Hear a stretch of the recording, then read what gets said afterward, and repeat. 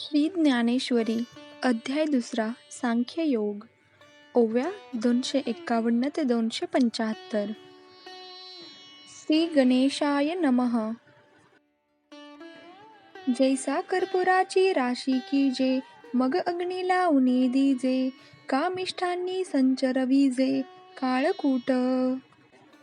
जसे की कापराच्या राशीला अग्नी लावावा किंवा उत्तम मिष्ठान्नामध्ये विष कालवावे. दैवे अमृत कुंभ जोडला तो पाये हनोनी उलंडिला तैसा नासिती धर्मो निपजला हेतुकपणे. बहुभाग्याने लाभलेला अमृतकुंभ हा पाय लावून पालथा करावा. त्याप्रमाणे केलेले कर्म, पाळलेला धर्म हा ज्यापासून अपेक्षित केलेल्या फळांमुळे वाया जातो. सायासे पुण्य अर्जिजे मग का संसारू अपेक्षिजे परी नेनती ते कायकीजे अप्राप्त देखे. मोठ्या कष्टांनी महत् प्रयासाने पदरी पुण्य जोडून घ्यायचे, पण त्याच्या बदल्यात लोक अपेक्षा तरी कशाची करतात तर या मायेच्या संसार प्रपंचाची. पण काय करावे, या अशा दुर्दैवी लोकांना त्यांचे कल्याण कळतच नाही. जैसी रांधवणी रससोयनिकी करुणिया मोलेविकी तैसा भोगासाठी अविवेकी धाडिती धर्मो. ज्याप्रमाणे एखादी उत्तम सुगरण नाना प्रकारचे उत्तम पदार्थ तयार करते आणि ती ते पैशांच्या मोलात विकून टाकते, तसेच अविचारी अविवेकी अज्ञानी लोक सुखांच्या अपेक्षा पूर्ण व्हाव्यात म्हणून आपले सत्कर्म खर्ची घालतात. म्हणोनी हे पार्था दुर्बुद्धी देख सर्वथा तया वेद वादरता मणी वसे. म्हणून अर्जुना, वेदाच्या अर्थवादात रमणारी अडकणारी ही मंडळी असतात. त्यांच्या मनात सद्बुद्धीचा नव्हे तर दुर्बुद्धीचा निवास असतो, हे लक्षात ठेव. तिही गुणी आवृत्त हे वेद जाण निभ्रांत म्हणोनी उपनिषदादी समस्त सात्विक ते. अर्जुना, तू एक गोष्ट नीट जाणून घे, ती म्हणजे वेद हे सत्व, रज आणि तम या तिन्ही गुणांनी भरलेले आहेत. त्यांच्यातील उपनिषदे जी आहेत ती सत्वगुणांमध्ये मोजली जातात. येर रजत मात्मक जेथ निरूपीचे कर्माधिक जे केवळ स्वर्गसूचक धनुर्धरा.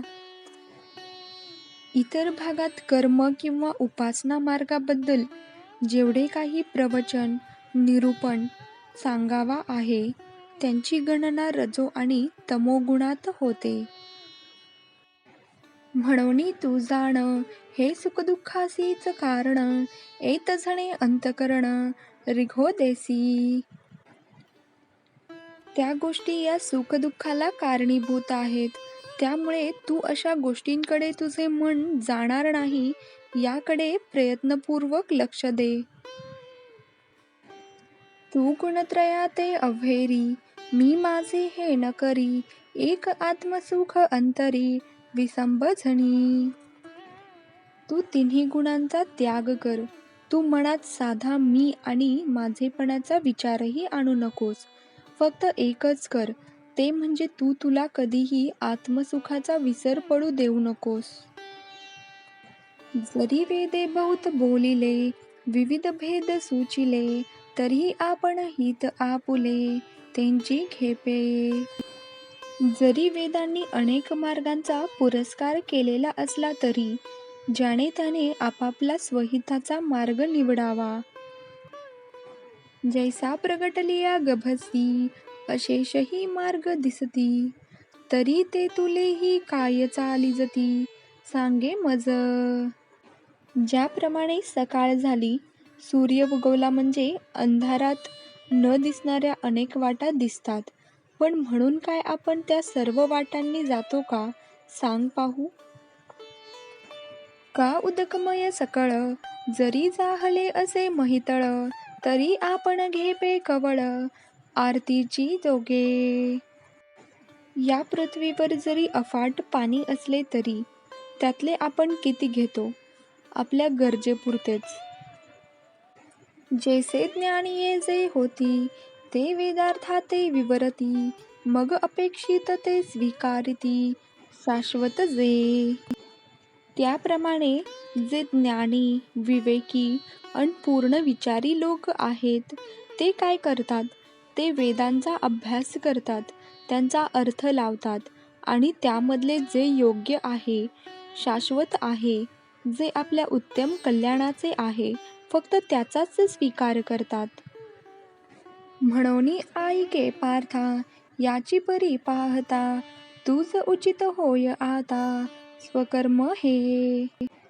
म्हणून अर्जुना, तू पण हे नीटपणे जाणून घे की या क्षणी तुझे क्षात्रधर्माचे पालन करीत युद्ध करणे हेच तुझ्या दृष्टीने उचित आहे.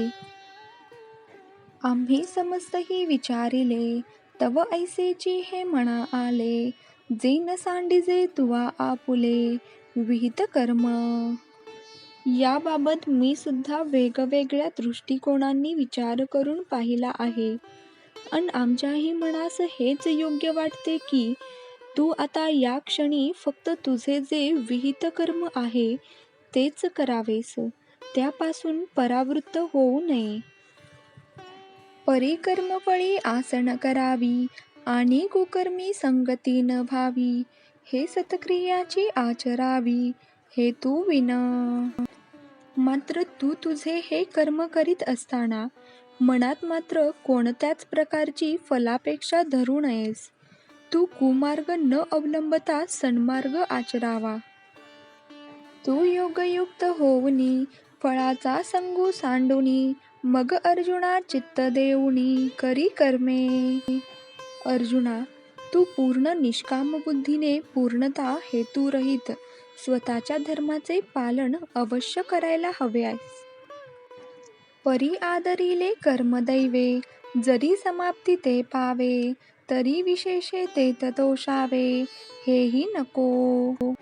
तसेच हाती घेतलेले हे कर्म, हे काय देवकृपेने जरी यथास्थित पूर्णत्वाला गेले, म्हणून तू मनात फार संतोष बाळगू नये. की निमित्ते कोणे एके, ते सिद्धीन वचतांची ठाके, तरी तेथींचेनी अपरितोखे, क्षोभावे ना. किंवा अगदी असाही विचार कर की समजा उद्या हे घेतलेले कार्य काही कारणांनी अर्धे राहिले, ते पूर्ण झाले नाही, तरी तू या गोष्टीचा मनात कोणताही खेद करू नकोस. आचरता सिद्धी गेले, तरी काजाची कीर आले, परी ठेलियाही सगुण जहाले, ऐसेची मानी. आपण हातात घेतलेले कार्य हे पूर्ण झाले तर उत्तमच, पण जरी ते पूर्ण नाही झाले, अर्धे राहिले, तरी ते केलेले कर्म वाया गेले असे मानू नये. देखे जे तुलाले कर्म निपजे, ते तुले आदि पुरुषी समर्पिजे, तरी परिपूर्ण सहजे, जहाले जाणे. कारण असे बघ की आपल्या हातून जे जेवढे कर्म झाले, ते जर आपण साक्षीत्वाने त्या ईश्वरास अर्पण केले, तर मात्र ते कर्म जवळजवळ पूर्ण झाल्यासारखेच आहे, असे तू खात्रीने समज. देखे समता सत्कर्मी, हे जे सरसे पण मनोधर्मी, तेची योगस्थिती उत्तमी, प्रशंसिजे. अर्जुना, आता तू हे नीट जाणून घे की कृत कर्म पूर्ण झाले वा अपूर्ण राहिले तरी आपण आपल्या मनाचा समतोल सांभाळणे यालाच योग असे म्हणतात. याचेच दुसरे नाव निष्काम म्हणजेच हेतुरहित कर्मयोग असे आहे. अर्जुना, समत्व चित्ताचे, त्यांची सार जाण योगाचे, जे थमन आणि बुद्धीचे, ऐक्य आधी. पार्था, अरे ही मनाची समता हेच सर्व योगाची सार आहे. त्या मनाच्या सम्यक अवस्थेत मन आणि बुद्धी यांचे अनोखे ऐक्य साधलेले असते. तो बुद्धियोग विवरिता बहुते पाडे पार्था, दिसे हा अरुता, कर्मयोगू. अर्जुना, बुद्धियोगाचा म्हणजे निष्काम कर्माचरणाचा विचार केला तर सकाम कर्मयोग हा फारच कमी योग्यतेचा असतो. परी त्यांची कर्म आचरिजे, तरीच हा योग पाविजे. जे कर्मशेष सहजे योगस्थिती. परंतु पहिल्यांदा सकाम कर्मे केली तरच पुढे हळूहळू निष्काम कर्मयोगाची सवय होते. सकाम कर्मे करीत असताना जेव्हा प्रयत्नपूर्वक त्यातील कर्तृत्व, मद आणि अहंकारता किंवा फलापेक्षा टाकून दिली जाते, तेव्हा हातून जे कर्म घडते तीच सहज योगस्थिती असते.